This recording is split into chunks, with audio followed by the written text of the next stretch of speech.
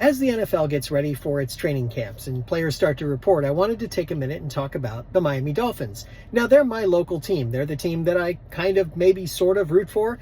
And the reason I say that is because they're sort of unlovable at this point. It's kind of a weird thing that's happened over the years. They've really not been very good.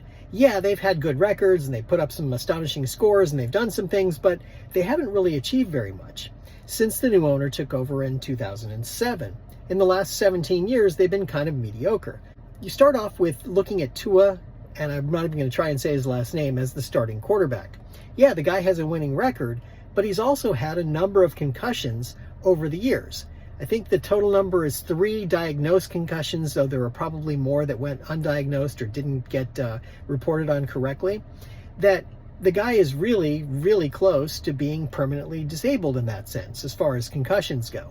So you have to wonder why the team didn't go after somebody else to be the backup quarterback last year before he went out with another concussion, and why they didn't go after a quarterback this year either. It's kind of a weird thing that you're putting all your eggs in that basket when you know those eggs are kind of scrambled at this point.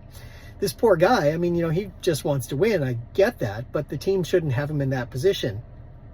Now, he does have a winning record, but he's missed a total of 16 games in his time with the NFL, which is kind of not that great when you think about it. You can't miss that many games.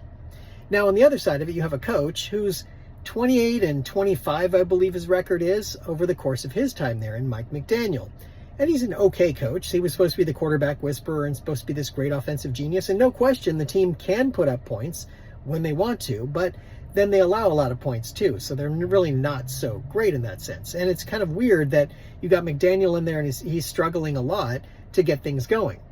And the oh, by the way, is that the team hasn't won a playoff game since the last century. They actually won their last playoff game at the end of the 2000 season, and you can count 2000 as part of the 20th century. So really, the Dolphins haven't won very much in the last 25 years, and that's kind of sad. So you wonder what's going on, and then there's this story about that if the Dolphins don't get very far, they'll let Mike McDaniel go. So if they get to like a 1-5 record to start the season, they might let him go during the season. And if they don't make the playoffs and essentially don't win the Super Bowl, then Mike McDaniel will probably be fired at the end of the season anyway. Which makes you wonder, why did they keep him around this season anyway? It's sort of a wasted season because it seems unlikely they're going to win the Super Bowl. And even getting past the first half of the season with a winning record may be difficult. But I guess that's the way the NFL is.